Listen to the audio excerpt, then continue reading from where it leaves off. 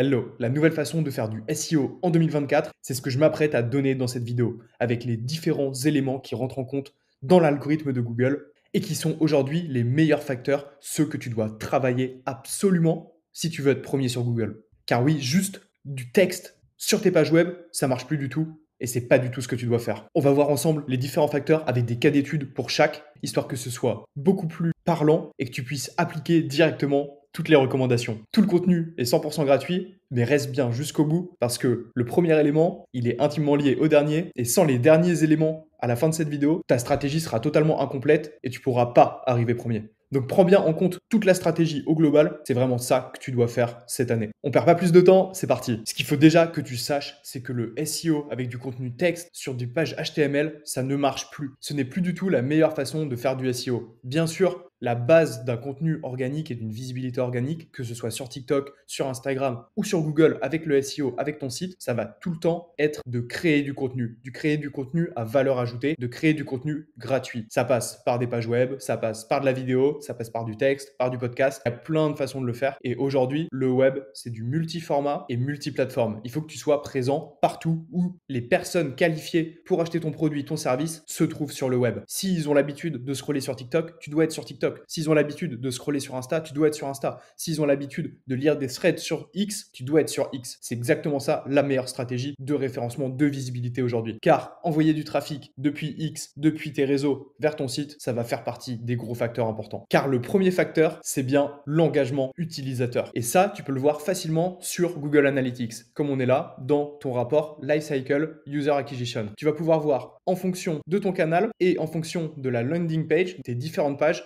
quelles sont les pages qui plaisent le plus à tes utilisateurs. Et ça, Google, il le comprend très bien grâce à Google Chrome. Il va savoir quelle est la durée de session sur ta page, sur ton site. Est-ce que les utilisateurs interagissent ou pas? Et tout ça, ça rentre en ligne de compte dans les facteurs les plus importants pris en compte par l'algorithme de Google pour te référencer sur le web. Et parmi les KPIs que tu dois suivre absolument au niveau de tes pages, tu vas avoir le taux d'engagement, forcément. Est-ce qu'une personne va scroller? Est-ce qu'une personne va cliquer? Est-ce qu'une personne va interagir, va acheter, va ajouter au panier sur ton site? Et ça, c'est super important. Si tu améliores ces pourcentages-là pour tes différentes pages, tu vas voir que ton référencement sur les mots-clés va aussi s'améliorer au fur et à mesure. Ensuite, il faut absolument que tu suives le temps passé sur ton site, sur la page. Plus le temps va être important, plus Google va le comprendre de façon à se dire « Ok, mais la personne est arrivée sur ce site par cette recherche-là sur Google et voilà le temps qu'elle a passé sur le site. » En améliorant ce temps passé, ça donne l'information à Google que le contenu plaît, que la personne potentiellement interagit, que la personne potentiellement lit toutes les informations parce que, encore une fois, ça répond. Et du coup, ça envoie le signal à Google que la personne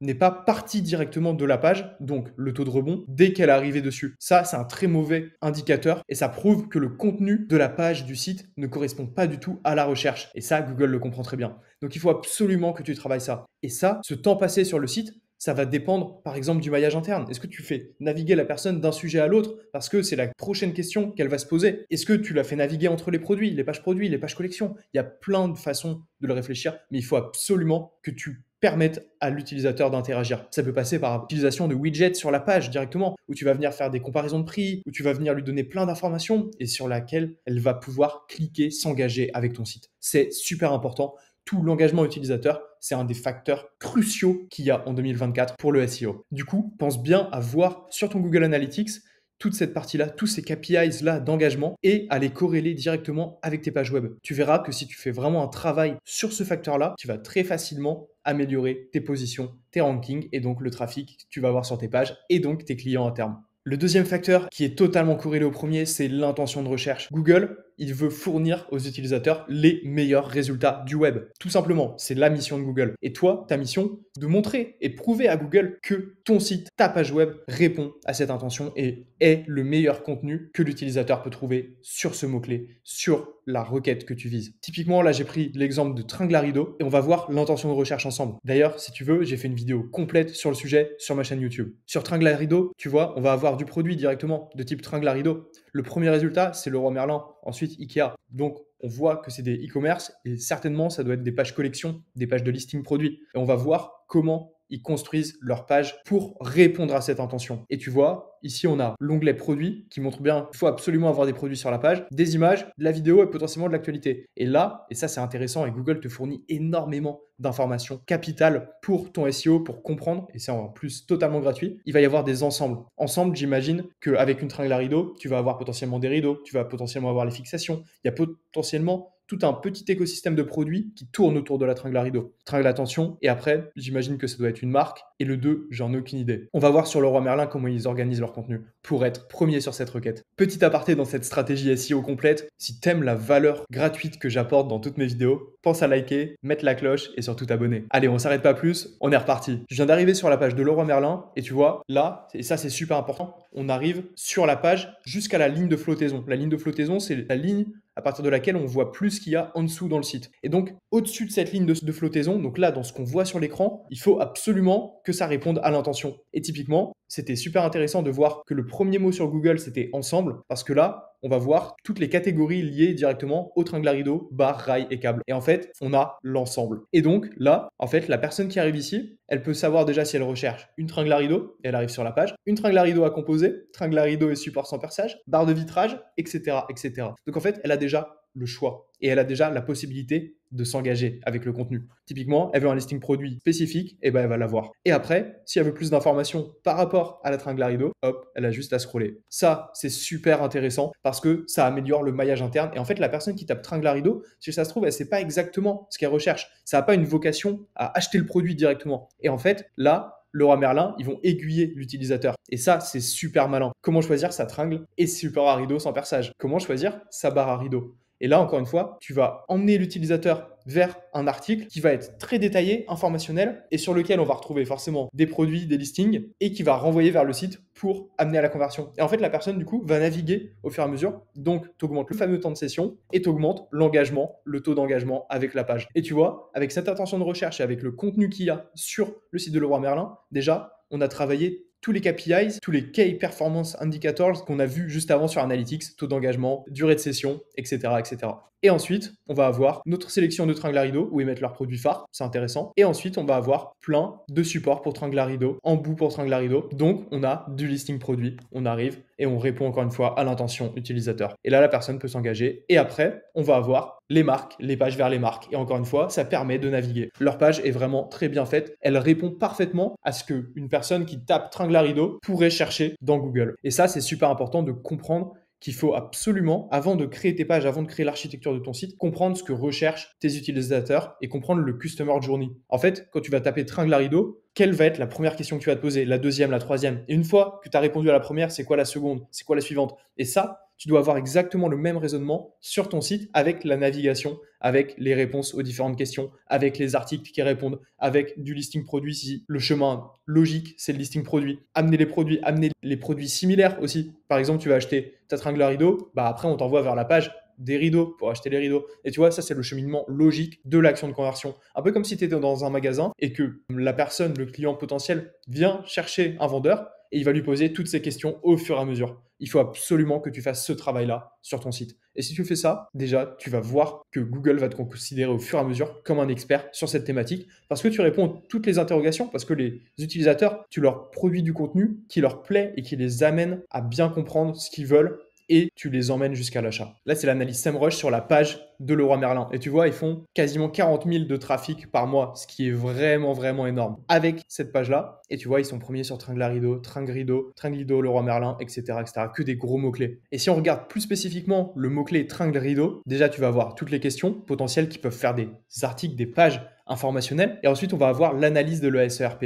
Dans l'analyse de l'ESERP, c'est très intéressant parce que tu vas toujours voir le nombre de domaines référents qu'ont chacun des sites. Parce que oui, les backlinks en 2024, c'est pas mort du tout. Et c'est toujours un très bon facteur pour montrer la crédibilité web, la confiance que d'autres sites vont apporter au tien sur cette thématique, sur ce mot-clé, sur cette niche au fur et à mesure. Et là, tu vois bien que Leroy Merlin, le contenu qu'ils ont plaît énormément à Google parce qu'ils ont qu'un seul domaine référent. Là où il va y en avoir un, Tringlarido, qui en a 39, mais sa page, le contenu qui est référencé pour ce mot-clé-là, plaît moins parce qu'il répond moins à l'intention de recherche. Donc il faut absolument que tu aies une page typiquement de produits ou de catégories où tu vas avoir toutes les sous-catégories, où tu vas pouvoir emmener l'utilisateur pour naviguer et comprendre un peu les besoins, les différents types de Tringlarido, etc. Et le faire naviguer, lui permettre de voir les marques, etc. Bref, tout le contenu qu'on a vu sur le site de Leroy Merlin.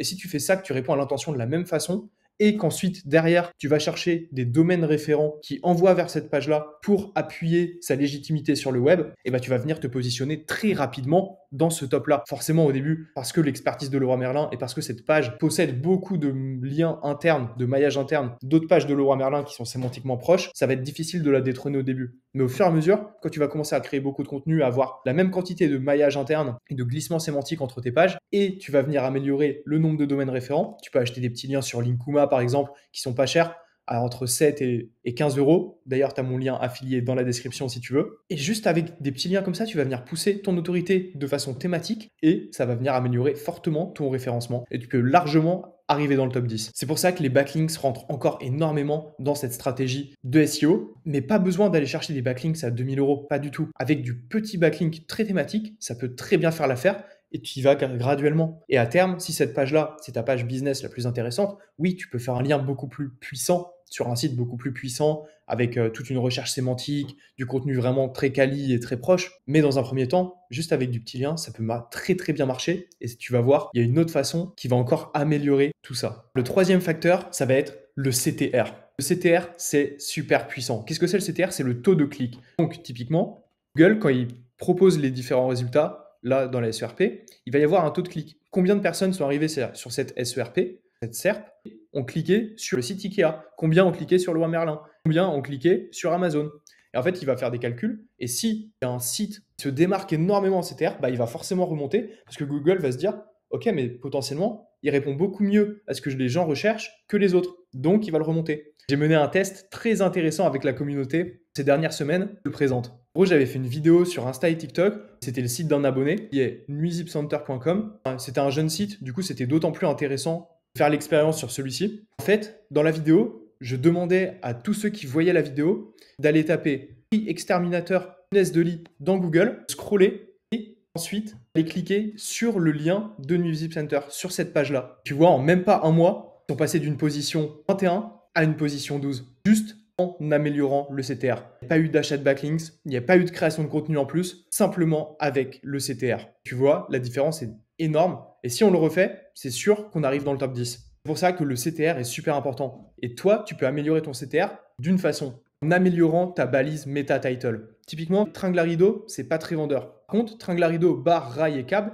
déjà, tu as plus d'informations sur ensemble. Là, potentiellement, ça donne déjà plus envie de cliquer. Typiquement, après, ce qui va être intéressant d'ajouter, ça va être toute la partie méta-description, donc avec des éléments comme cette flèche-là, qui est assez intéressante, des emojis, et ajouter, bien évidemment, les données structurées. Les données structurées, ça peut faire une énorme différence. Là, il y a des données structurées de type prix, qui sont intéressants pour avoir une idée, une estimation du prix. Là, tu vois, typiquement, sur ManoMano, ils l'ont très bien fait. Et si Leroy Merlin le faisait en haut, ce serait encore mieux, avec la note, les avis et le nombre de votes. Ça donne envie de cliquer parce que d'un coup, tu as confiance. Et même si c'est inconscient, quand tu vois une note de 4,3 avec quasiment 900 avis, bah forcément, tu as beaucoup plus tendance à cliquer. Surtout quand tu vois un prix à partir de 2,99 €, beaucoup plus tendance à vouloir cliquer directement sur le résultat. Et si tu ajoutes les données structurées, plus une bonne métadescription, plus un bon title qui change, qui va venir marketer ta page, et bah les gens vont venir cliquer beaucoup plus. Tu vas augmenter ton CTR, donc tu vas améliorer ton référencement. Et pense bien avoir dans ton title le mot-clé que tu vises. Donc là, Tringlarido, c'est nécessaire.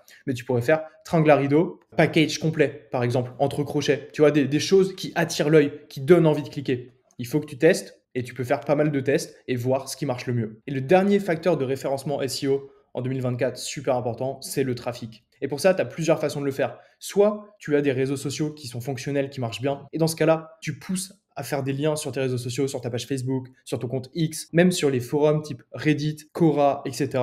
Et en fait, le trafic qui va provenir d'autres sites et qui va amener sur tes pages va montrer à Google que tu commences à être connu par d'autres biais. Et donc, ça va venir améliorer ton référencement sur ces pages. Ça marche, c'est prouvé. Il y a eu plein d'études. Tu peux aller regarder sur plein de chaînes, style la chaîne de Romain Pierrotte. Ça marche très bien. Et il y a des solutions comme Pop Ads qui permettent d'acheter du trafic pour justement booster ces pages-là. C'est du trafic très peu qualifié, mais par contre qui va te coûter vraiment très très peu d'argent. Et ça va envoyer pas mal de trafic sur tes URL et Google va se dire, ok, en fait là, il a beaucoup de trafic qui vient d'externe, de plein de sources différentes. Sur cette page-là, ça veut potentiellement dire que le contenu de cette page est intéressant. Et donc tu cumules des actions pour améliorer ton CTR avec un peu d'achat de trafic et tu fais en sorte que les personnes qui arrivent ensuite par le référencement ou par tes réseaux sociaux naviguent, s'engagent avec la page, etc., etc. Et en cumulant tout ça, en répondant vraiment à l'intention de recherche, tu vas nettement améliorer ton référencement sur le web. Si tu veux, j'ai fait plusieurs autres vidéos pour l'intention de recherche, pour la création de contenu et réponse à l'intention, sur la partie backlinks aussi, les meilleures stratégies à mettre en place, etc.,